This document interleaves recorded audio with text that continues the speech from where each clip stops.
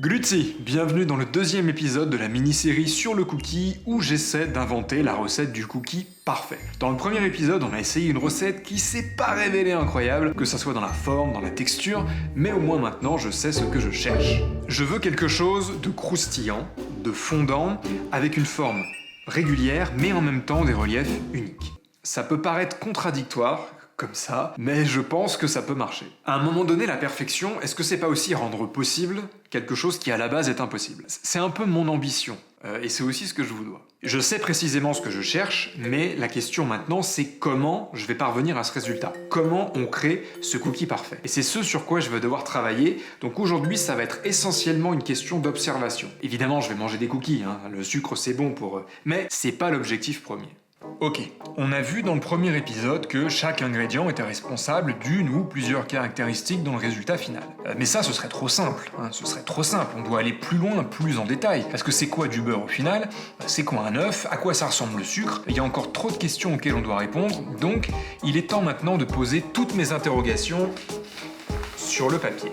Pour répondre à toutes ces questions, je vais avoir besoin d'une démarche rigoureuse. Donc je vais isoler chacun des points que je veux observer en conservant la même recette de base pour tout le reste et voir ce qui se passe. Parce que si je fais pas ça, si j'ai pas ce point de référence, je pourrais pas savoir avec certitude que ce que je suis en train d'observer provient bien des petits paramètres que j'aurais modifiés. Donc maintenant, il est temps de réfléchir. Je voulais tester plusieurs scénarios en fonction de chaque ingrédient. Est-ce qu'avoir plus de jaune d'œuf ou plus de blanc d'œuf, ça apporte quelque chose? Comment les différents types de sucre, liquides comme le miel, sucre blanc, sucre brun, affectent le résultat final? Et est-ce que par exemple le beurre est indispensable ou est-ce qu'on peut le remplacer par de l'huile? J'ai 42 cookies à faire, 7 scénarios, 6 cookies par scénario, ça va être compliqué d'en faire moins au niveau de la proportion et du poids de chaque ingrédient. Je devrais avoir de quoi manger pour les 6 prochains mois. J'ai pas les mêmes problèmes que tout le monde. Vu les quantités, il a fallu passer aux choses sérieuses. Je vais utiliser du jaune d'œuf et du blanc d'œuf en bouteille pour tous les scénarios où je vais devoir faire varier la proportion de blanc et de jaune parce que c'est beaucoup plus pratique que d'avoir à clarifier des œufs et à les peser. Et pour tous les scénarios classiques au niveau des œufs, je vais recréer un œuf en mélangeant la bonne quantité de blanc et de jaune pour pas gâcher. Je fais d'abord simple pour pas faire compliqué et ensuite je fais compliqué au lieu de faire simple.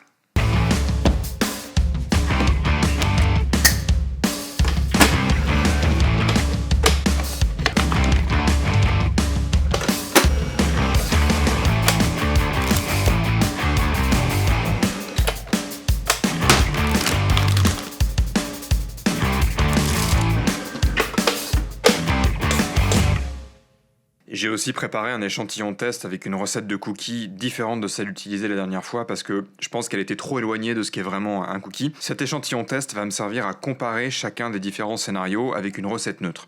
Pour le moment, avant la cuisson, on voit quand même quelques petites différences, notamment au niveau de la couleur. Les recettes avec le sucre brun et le miel donnent déjà une couleur beaucoup plus foncée à la pâte, alors que la recette avec les blancs d'œufs par exemple est beaucoup plus claire. Et il y a aussi une légère différence au niveau de la texture pour la recette avec l'huile. Je ne sais pas si vous le voyez très bien, clairement la pâte est très huileuse et la texture est beaucoup plus liquide que les autres, donc je ne sais pas du tout ce que ça va donner après cuisson. Pendant qu'ils sont en train de cuire, regardons plus en détail la chimie du cookie pour voir quelles sont les hypothèses qu'on peut tirer. La théorie avant la dégustation, donc vous pouvez mettre pause et aller vous chercher un biscuit. Les œufs sont composés d'eau, de protéines contenues dans le blanc d'œuf et dans le jaune d'œuf, et de lipides contenus dans le jaune d'œuf. Ce qui veut dire qu'en changeant la proportion de blanc et de jaune, je peux apporter plus ou moins d'eau, plus ou moins de protéines, plus ou moins de lipides à la recette. Et j'ai envie d'observer comment la pâte à cookies réagit quand on modifie la teneur en eau, en protéines et en lipides. Le beurre, c'est une émulsion avec plein de petites gouttelettes d'eau qui sont emprisonnées dans du gras. A l'inverse, l'huile végétale, ici je vais prendre du colza, c'est 100% de matière grasse. Donc là aussi, je veux voir comment les changements d'hydratation modifient la pâte à cookies. Et pour l'huile, j'ai juste envie de voir ce que ça fait d'utiliser une matière grasse liquide, car on sait déjà que le beurre, en fondant, est responsable de la façon dont le cookie s'étale à la cuisson. Le sucre, qu'il soit blanc, brun ou sous la forme de miel, c'est essentiellement du glucose et du fructose, qui sont des molécules qui ont la faculté de retenir l'humidité. Mais la différence entre tous ces sucres, c'est essentiellement leur teneur en eau. Le miel en contient beaucoup, environ 17%, et le sucre blanc très peu, même pas 1%. Le sucre brun et le miel ont aussi d'autres éléments, comme des minéraux qui ont été retirés du sucre blanc, ce qui peut peut-être avoir un impact sur la façon dont le sucre caramélise, et donc dans la couleur et le goût final du cookie. Et c'est ce que j'ai envie d'observer. Enfin, la farine, plus elle est complète, plus elle contient de protéines, donc plus elle a la capacité de former du gluten, ce qui peut peut-être jouer aussi sur la texture du cookie en bouche. Ça fait beaucoup de choses à observer, mais on va y arriver. Je ne dois pas me laisser distraire par la bonne odeur qu'il y a dans la cuisine, je dois pas me laisser distraire par mon envie de tous les croquer là maintenant tout de suite, je dois être concentré, méthodique et honnête. Et ça c'est dur. Et j'ai commencé cette dégustation par quelques manipulations et observations préliminaires, en mesurant le diamètre des cookies d'abord, puis leur épaisseur ensuite. J'ai également évalué leur couleur, en classant chacun des cookies du plus clair au plus foncé, et en essayant d'évaluer l'écart en termes de coloration par rapport à la recette témoin.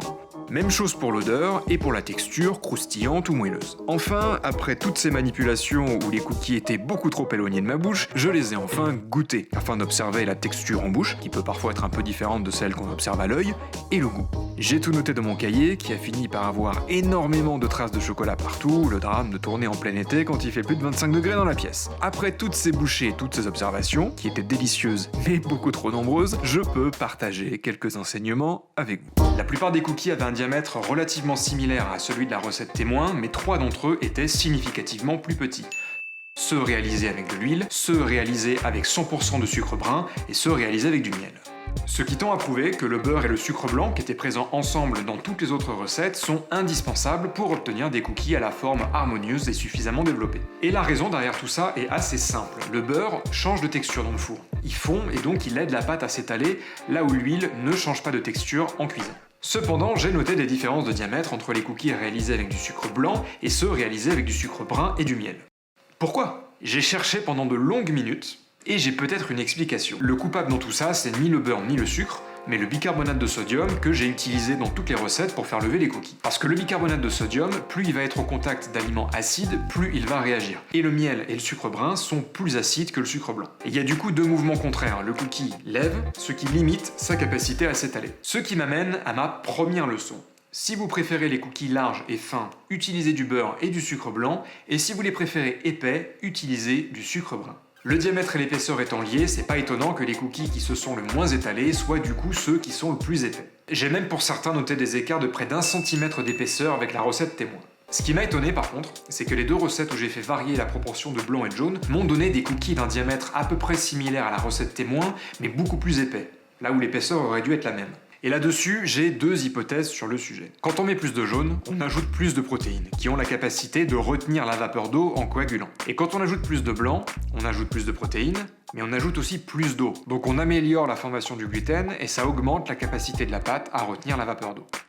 Donc dans les deux cas, ça gonfle, et ça gonfle encore plus avec les blancs d'œufs. Et c'est mon deuxième enseignement. Si vous aimez les cookies vraiment épais, augmentez la quantité de blanc d'œuf. Quand on regarde la couleur des cookies, on se rend compte qu'elle est modifiée par deux éléments, les sucres et les protéines, qui sont les deux éléments qui caramélisent lors de la réaction de Maillard. Donc c'est assez logique que la recette avec le plus de blanc d'œuf soit aussi la plus pâle, puisque c'est celle qui contient le moins de protéines de toutes celles que j'ai faites. Et à l'inverse, la recette avec la farine complète était plus foncée que la recette de base, puisque la farine complète contient plus de protéines que la farine normale. J'ai pas noté de différence particulière de coloration quand on ajoute plus de jaune d'œuf, probablement parce que la quantité de jaune d'œuf qui a été ajoutée n'a pas modifié tant que ça la teneur en protéines.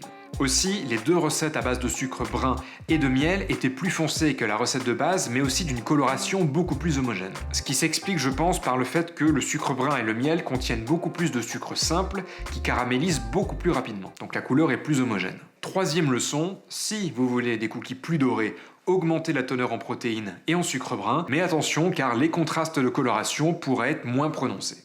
La texture en bouche aussi était très marquée, entre d'un côté les cookies qui étaient croustillants et de l'autre ceux qui étaient vraiment beaucoup plus mous. Aucune recette n'était plus croustillante que la recette de base, mais certaines étaient particulièrement molles, comme celles faites au jaune d'œuf, au sucre brun et au miel.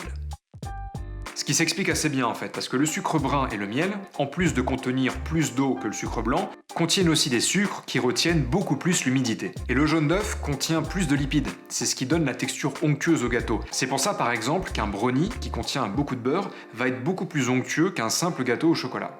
Donc, quatrième leçon, si vous aimez vos cookies croustillants, ajoutez du sucre blanc. Si vous les aimez moelleux, ajoutez du sucre brun.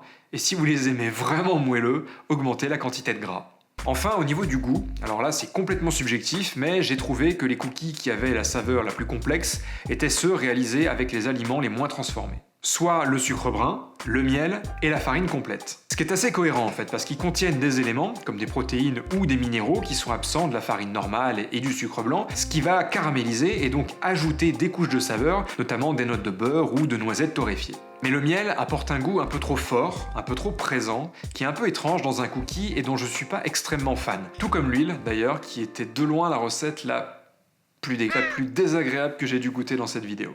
C'est tout pour aujourd'hui, merci à tous d'avoir suivi cette vidéo, on a appris beaucoup de choses, mais il nous reste encore beaucoup de choses à apprendre dans notre quête du cookie parfait, donc n'hésitez pas à liker, à partager cette vidéo, à vous abonner si elle vous a plu, et on se retrouve très bientôt pour un prochain épisode. D'ici là, portez-vous bien, n'oubliez pas qu'il faut manger pour vivre, mais qu'on vit aussi pour manger. Ciao.